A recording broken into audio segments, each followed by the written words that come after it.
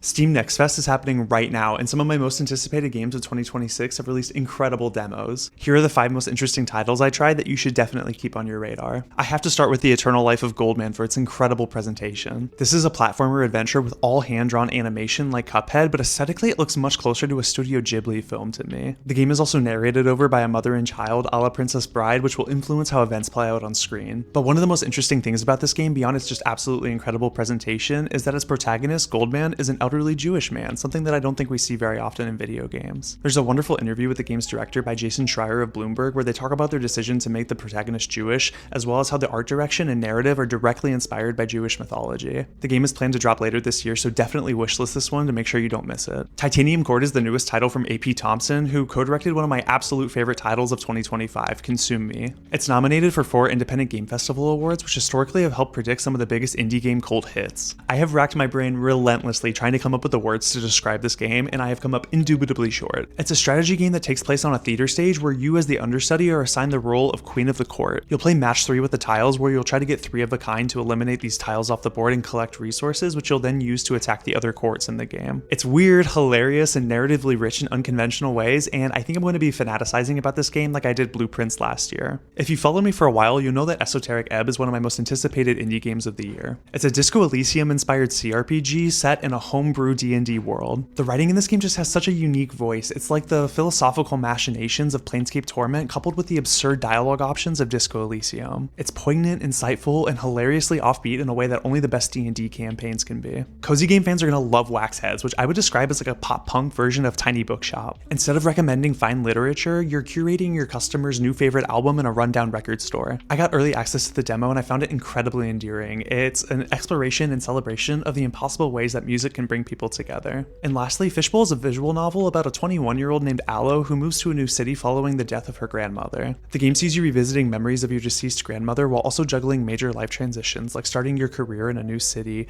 as you try to make sense of your past to guide your future. I think fans of games like Spiritfarer and Unpacking are definitely going to want to check this one out. Let me know your favorite Steam Next Fest titles in the comments.